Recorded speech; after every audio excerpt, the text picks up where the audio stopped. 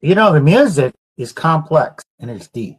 Has a lot of meanings, different things going on. It's not just superficial on the surface, motivating emotions. So, doesn't that kind of reflect what we do here? We go deeper than the superficial. And Nick is leading our discussion tonight. And when Nick is leading, you know damn well it's not going to be superficial.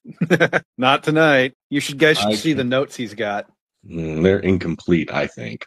But, Dude, there's 4 pages of them. I got so many slides and notes. And it's a very complex subject. And I like to be very tedious and try to cover all my bases, although I'm just a finite creature with a finite amount of time. So I selected short quotes and short clips. And I'm trying to add levity to the situation, but while making the point with that levity. So y'all appreciate that. So the topic is epistemology, philosophical category of knowledge.